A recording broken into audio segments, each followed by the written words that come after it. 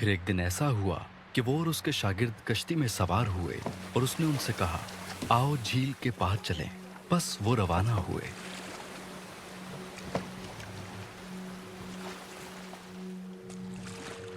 मगर जब कश्ती चली जाती थी तो वो सो गया।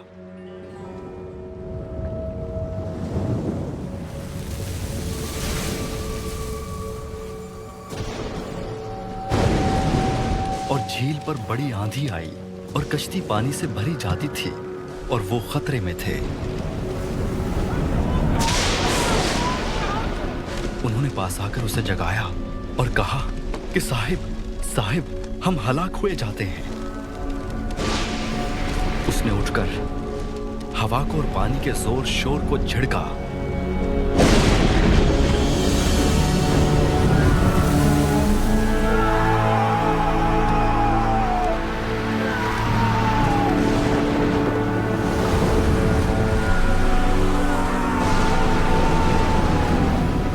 और दोनों थम गए और अमन हो गया।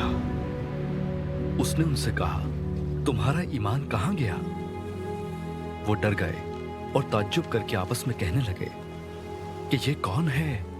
ये तो हवा और पानी को हुक्म देता है और वो उसकी मानते हैं।